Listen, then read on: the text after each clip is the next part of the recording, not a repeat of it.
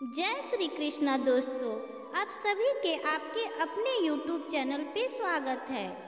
सुदर्शन चक्र जो कि भगवान श्री कृष्ण का भयानक शस्त्र माना जाता है, लेकिन एक बार सुदर्शन चक्र ने राम भक्त हनुमान जी को भी दौड़ा लिया था और हनुमान जी कुछ सोचकर वहां से भाग खड़े हुए, जिससे सुदर्शन चक्र में और भी ज्यादा अहंकार आ गया था। दोस्तों, एक बार भगवान श्री कृष्ण रानी सत्यभामा के साथ द्वारका के सिंहासन पर विराजमान थे और उन्हीं के सर के ऊपर गरुड़ और सुदर्शन चक्र भी मंडरा रहे थे। और रानी सत्यभामा ने बातों ही बातों में श्री कृष्ण से पूछा, हे भगवान, आप त्रेता युग में श्री राम के रूप में अवतार हुए थे। सीता माता आपकी पत्नी थी, क्या वह मुझसे ज्यादा खूबसूरत थी?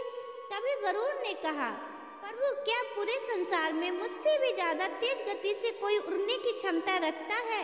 अब सुदर्शन चक्र भी अपने आप को नहीं रोक पाया और बोल उठा, हे प्रभु, मैं एक से बढ़कर एक युद्धों में आपको विजय दिलाया हूँ और मुझे नहीं लगता कि संसार में मुझसे भी ज्यादा कोई शक्तिशाली होगा।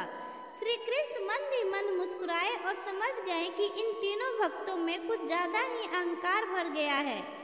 अब उनका अहंकार नष्ट करने का समय आ चुका है।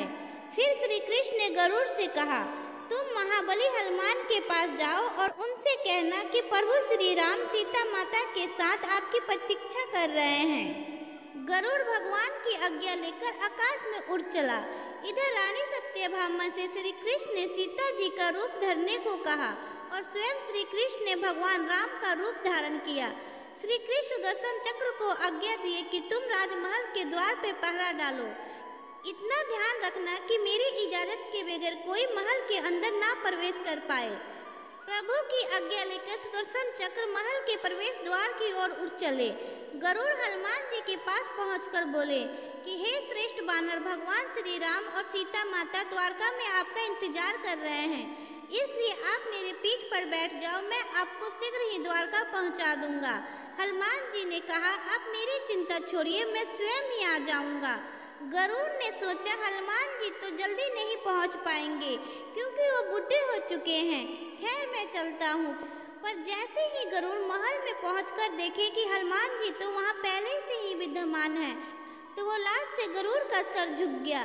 तब श्री कृष्ण हनुमान से कहे कि तुम बिना आज्ञा महल में कैसे आ गए? क्या तुम्हें किसी ने रोका नहीं?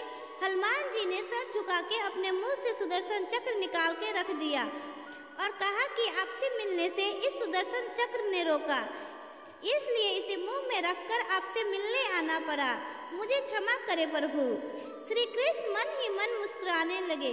फिर हनुमान जी ने हाथ जोड़ते हुए श्री कृष्ण से कहा, हे भगवान, आज आपने माता सीता के स्थान पे किस औरत को सिंहासन पे बिठाया है? अब रानी सत्यभामा का सुंदरता का अहंकार पलक झपकते ही चूर चूर हो गया था। सुदर्शन चक्र, रानी सत्यभामा, गरुड़, तीनों का घमंड चकनाचूर हो गया था। तीनों प्रभु की लीला को समझ गए थे। तीनों को अपनी गलती का एहसास हुआ और वह प्रभु के चरणों में झुक गए।